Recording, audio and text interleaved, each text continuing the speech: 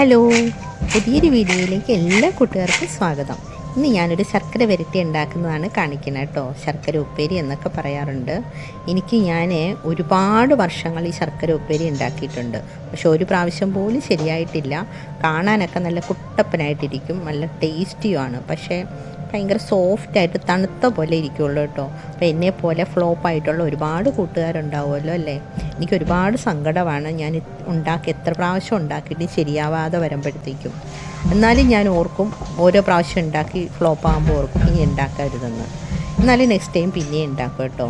ഒരുപാട് യൂട്യൂബിലെ വീഡിയോസൊക്കെ കണ്ട് ഫോളോ ചെയ്തൊക്കെ ഉണ്ടാക്കുന്നതാണ്. പക്ഷെ എന്നാലും ശരിയാവാറില്ല, എന്താണെന്നൊന്നും അറിയില്ല. പക്ഷെ എന്നാലും ഞാൻ തോറ്റു കൊടുക്കാൻ തയ്യാറല്ലായിരുന്നു. ഈ പ്രാവശ്യം ഞാൻ ഉണ്ടാക്കി അടിപൊളിയായിട്ട് ശരിയായി. അതെങ്ങനെയാണെന്നൊന്ന് കണ്ടാലോ. അതിനായിട്ട് ഒരു പരീക്ഷണമായതുകൊണ്ട് ഞാൻ 4 കായ എടുത്തിട്ടുള്ളൂ കേട്ടോ. അപ്പോൾ എന്നെപ്പോലെ ഉണ്ടാക്കാത്ത ഒരുപാട് കൂട്ടുകാർക്ക് ഈ വീഡിയോ ഉപകാരപ്പെടുമെന്ന് ഞാൻ വിചാരിക്കുന്നു. അപ്പം ആദ്യം നമ്മൾ ശ്രദ്ധിക്കേണ്ടത് നല്ല വിളഞ്ഞ പച്ച ഏത്തക്ക വേണം മേടിക്കാനായിട്ട്. എൻ്റെ കൈ കണ്ടോ, കൈ മുറിഞ്ഞിരിക്കുകയാണ്. ഭയങ്കര സന്തോഷത്തിലാണ് പറയുന്നത് കേട്ടോ. ആഴ്ച ഒരു ദിവസം വെച്ച് എൻ്റെ കൈയൊക്കെ മുറിയും കേട്ടോ. എല്ലാ വീട്ടമ്മമാർക്കും ഇത് ശീലങ്ങളാണല്ലോ അല്ലേ. അപ്പോൾ നമുക്കിതെങ്ങനെയാണ് ചെയ്യുന്നതെന്ന് നോക്കാം. അതിൻ്റെ 2 അറ്റവും കട്ട് ചെയ്ത് കളഞ്ഞിട്ട് അതിൻ്റെ തൊലിയൊക്കെ ഒന്ന് കളഞ്ഞ് ഞാനൊരല്പം മഞ്ഞൾ വെള്ളം എടുത്തിട്ടുണ്ട്. ഈ തൊലി കളഞ്ഞിട്ട് ഈ കാ പൊളിച്ച് ഇതിനകത്തേക്ക് ഇടണം. അതിൻ്റെ കറയൊക്കെ ഒന്ന് പോവാനായിട്ടോ. ഒരു 10-15 മിനിറ്റ് അതിനകത്ത് കിടക്കട്ടെ. അതിനുശേഷം അതൊന്ന് നല്ലപോലെ ഉരച്ച് കഴുകിയെടുക്കണം. അതിൻ്റെ കറയും അതിൻ്റെ മുകളിലുള്ളതൊക്കെ തിരുമ്മി ചകിരി കൊണ്ടോ എന്തെങ്കിലും കൊണ്ടൊന്ന് റബ്ബ് ചെയ്ത് നമുക്ക് കഴുകിയെടുത്തിട്ട് ഒരു പാത്രത്തിലാക്കി അതിൻ്റെ വെള്ളമൊക്കെ കളഞ്ഞ് നന്നായിട്ട് തുടച്ചെടുക്കണം. ടിഷ്യൂ പേപ്പറോ ഒരു ടവലോ എന്തെങ്കിലും കൊണ്ട് നന്നായിട്ട് തുടച്ചെടുക്കുക. വെള്ളത്തിൻ്റെ അംശമൊന്നും അതിനകത്ത് ഉണ്ടാവാൻ പാടില്ല കേട്ടോ. അപ്പം ഞാനിതെല്ലാം ഒന്ന് തുടച്ചെടുത്തിട്ട് ഓടി വരാവേ.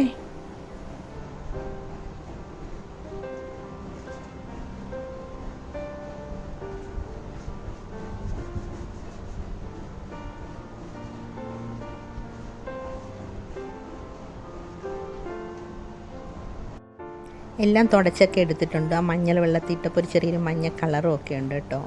അപ്പോൾ ഇനി ഇതിനെ ഒന്ന് നമുക്കിതെങ്ങനെ കട്ട് ചെയ്യുന്നതെന്ന് നോക്കാം. ഇതിൻ്റെ സെൻറ്ററിൽ വെച്ച് ഇങ്ങനെ നെടുകെ ഇങ്ങനെ നീളത്തിൽ കട്ട് ചെയ്തെടുക്കണം. അതിനുശേഷം നമുക്ക് ആ ഓരോ കഷ്ണങ്ങളും ഇച്ചിരി കനത്തിൽ വേണം അരിഞ്ഞെടുക്കാനായിട്ട്. ഒരേ ഘനമാണെങ്കിൽ മാത്രമേ നമുക്ക് അത് വറുക്കുമ്പോഴത്തേക്കും ഒരുപോലെ മൊരിഞ്ഞ് കിട്ടുള്ളൂ കേട്ടോ.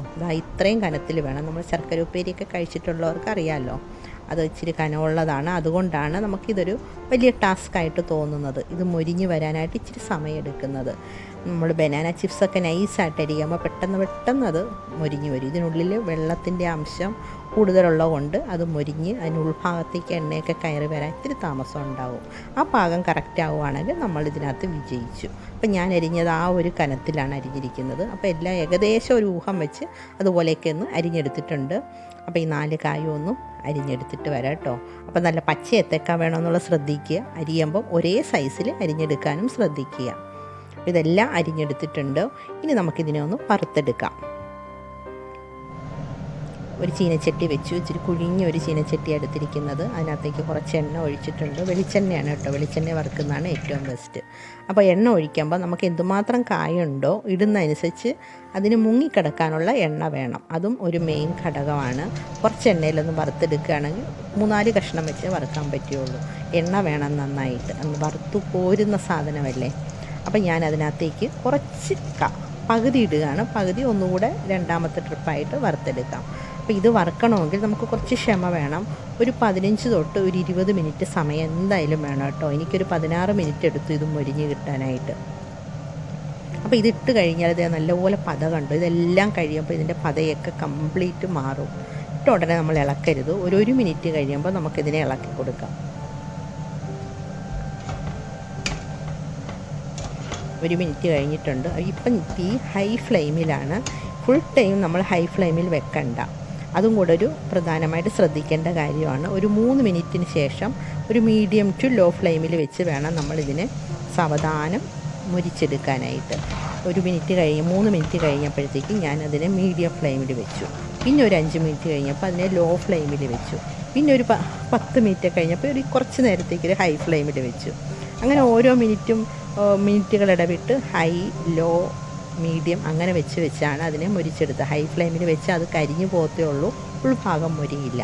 പിന്നെ കുറച്ച് മഞ്ഞളും ഉപ്പും കൂടെ കലക്കി വെച്ചിട്ടുണ്ട് വെള്ളത്തിൽ. അത് നമുക്ക് തളിക്കാനുള്ള കേട്ടോ. ഒരു 10-15 മിനിറ്റൊക്കെ ആയപ്പോഴത്തേക്കും ഇതുപോലെ മൊരിഞ്ഞ് കളറൊക്കെ മാറി വന്നിട്ടുണ്ട്. അതിൻ്റെ പതയൊക്കെ കുറേശ്ശെ മാറി വന്നു. ഇനി കുറച്ചുകൂടിയുണ്ട്. ഈ സമയത്ത് ഉപ്പുവെള്ളം നമുക്ക് തളിക്കാം. ഉപ്പുവെള്ളം തളിച്ച് കഴിയുമ്പോൾ ഞാനൊന്ന് ഹൈ ഫ്ലെയിമിലേക്ക് വെക്കുവാണ്. 1 മിനിറ്റ് നേരത്തേക്ക് ഹൈ ഫ്ലെയിമിൽ വെക്കുമ്പോഴത്തേക്കും അതിൻ്റെ ആ പതയൊക്കെ ശരിക്കും മാറുകയും ചെയ്യും. ഇത് നന്നായിട്ട് മൊരിഞ്ഞ് വരികയും ചെയ്യും കേട്ടോ ഈ ഉപ്പുവെള്ളം തളിക്കുമ്പോഴത്തേക്കും. ഉപ്പുവെള്ളം തളിച്ച് കഴിഞ്ഞ് 2 മിനിറ്റ് കൂടെ ഞാൻ വെച്ചിട്ടുള്ളൂ. അപ്പോൾ എല്ലാം കറക്റ്റായിട്ടുണ്ട്. അതിൻ്റെ അരിപ്പത്തവിയിൽ കോരുമ്പോൾ തന്നെ അറിയാം, നല്ല കിലുകില ശബ്ദമുണ്ട്. പിന്നെ ഒരു പീസ് എടുത്ത് നമ്മൾ കടിച്ച് നോക്കി ഒടിച്ച് നോക്കിയൊക്കെ ചെയ്യുമ്പോൾ അറിയാം നല്ല ഇതായിട്ടുണ്ടോ. എനിക്കിത് കറക്റ്റ് പാകമായിട്ട് എല്ലാം കിട്ടിയിട്ടുണ്ട് കേട്ടോ എന്ന് വിശ്വസിച്ചാണ് ഞാനിതിനെ കോരിയെടുക്കുന്നത്. ഞാൻ കടിച്ചൊക്കെ നോക്കി, നല്ല ക്രിസ്പി ആയിട്ട് കിട്ടിയിട്ടുണ്ട്.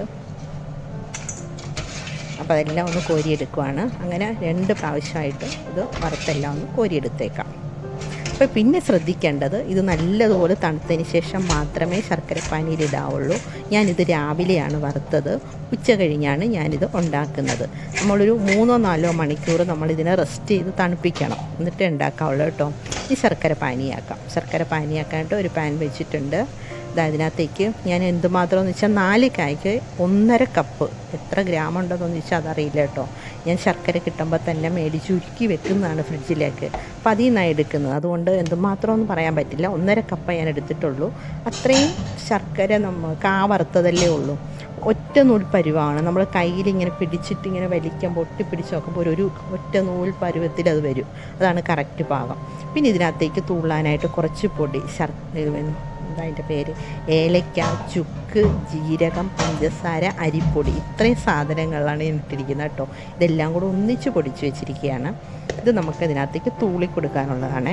അപ്പോൾ ശർക്കര പാനിയായി കറക്റ്റായി വരുന്നുണ്ട്. ഞാൻ നോക്കി, കറക്റ്റാണ് കേട്ടോ. ഒറ്റനൂൽ പരുവായിട്ടുണ്ട്.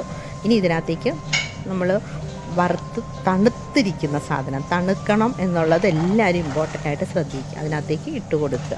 നമ്മൾ ഒരു ദിവസം കഴിഞ്ഞിട്ടുണ്ടാക്കിയാലും കുഴപ്പമില്ല, ഉടനെ ചൂടോടുകൂടി ഉണ്ടാക്കരുത്. അപ്പോൾ അതിനകത്തേക്ക് ഇട്ട് കൊടുത്തിട്ടുണ്ട്. എന്നിട്ട് അതിനെ ഒന്ന് ഇളക്കി യോജിപ്പിച്ചിട്ട് അതിൻ്റെ പുറത്തേക്ക് ഇത് കുറേശ്ശെ ഇട്ട് ആദ്യം കുറച്ച് തൂളി കൊടുക്കുക കേട്ടോ.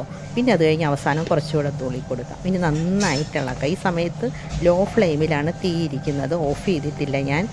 കുറച്ച് നേരം ഇതെല്ലാം കൂടി ഒന്ന് യോജിക്കട്ടെ. ഒരു 1-2 മിനിറ്റ് കഴിയുമ്പോഴത്തേക്ക് ഇത് നമുക്ക് ഓഫ് ചെയ്യാം. ആ പാനി ശരിക്കും കാ വറുത്തതിൽ പിടിച്ചതിന് ശേഷം തീ ഓഫ് ചെയ്താൽ മതിയേ. കുറച്ചുകൂടെ വലിയൊരു പാത്രമൊക്കെ ആണെങ്കിൽ നല്ലപോലെ നമുക്ക് ഇളക്കിയെടുക്കാൻ പറ്റും. നല്ല ഉരുളിയിലൊക്കെ ആകുമ്പോൾ ചൂട് നിലനിൽക്കും നല്ല രീതിയിൽ. ഇതൊക്കെ പെട്ടെന്ന് ചൂട് പോലെ. ഞാനിപ്പോൾ തീ ഓഫ് ചെയ്തു. അതെല്ലാം പിടിച്ച് വരുന്നുണ്ട് കേട്ടോ. അതിൻ്റെ സ്ട്രക്ചർ തന്നെ മാറി മാറി വരുന്നുണ്ടോ. നല്ല പൊടി പോലെ വന്നിട്ടുണ്ട്. ഓഫ് ചെയ്തിരിക്കുകയാണ്. ഇനി ഇതിനകത്ത് കുറച്ചുകൂടി ഞാൻ ആ പൊടി തൂളി കൊടുക്കുന്നുണ്ട് കേട്ടോ. നമ്മൾ കുറേ പ്രാവശ്യം ഇളക്കി കൊടുക്കണം. എനിക്കൊന്നൊരു 5 മിനിറ്റോളം ഇളക്കുന്നുണ്ട്. അപ്പം അവസാനം ആകുമ്പോഴത്തേക്ക് നമ്മൾ ആ കറക്റ്റ് ആ പാകത്തിന് കിട്ടും.